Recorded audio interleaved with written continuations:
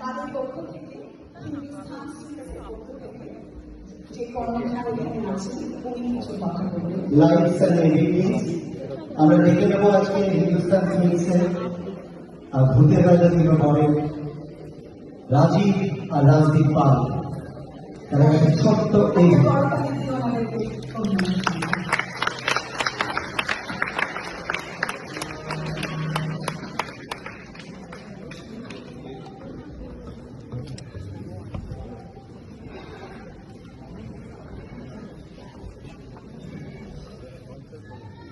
নমস্কার, আমরা এখানে আছি, আমার সাথে আছে নিখিল ঘোষ, রাজদীপ পাল, সুবল ঘোষ এবং অনিন্দিতা।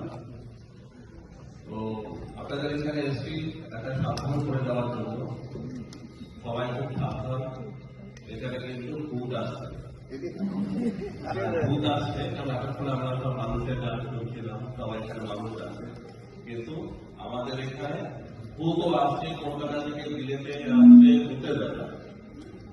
তো অতটা ভয় পাওয়ার কিছু নেই, এই ভূতের রাজা খুব ভালো ভূত, সবাইকে ভালোবাসে, আশীর্বাদ করে, বর দেয়। তো ভূতের রাজা এখানে আসছে নানা রকম বর নিয়ে, যেমন হাতে হাতে দাও কালি তবে আসবে ভূতের কালি। তো এই যখন হাতে হাতে কালি দেওয়া হবে তখন ভূত নানা রকম খাবার নিয়ে আসবে, সেখানে মাছ, ভাত, মাংস, ইলিশ মাছ থেকে শুরু করে সব রকম, এবং শেষ পাতে মন্ডা মিষ্টি আছে, হিন্দুস্তান সিল্কসের নানা রকমের মিষ্টি আপনারা এখন দেখতে পাবেন। আর ভূতের রাজা দিলবর কি, ভূতের রাজা দিলবর হচ্ছে রেস্টুরেন্ট।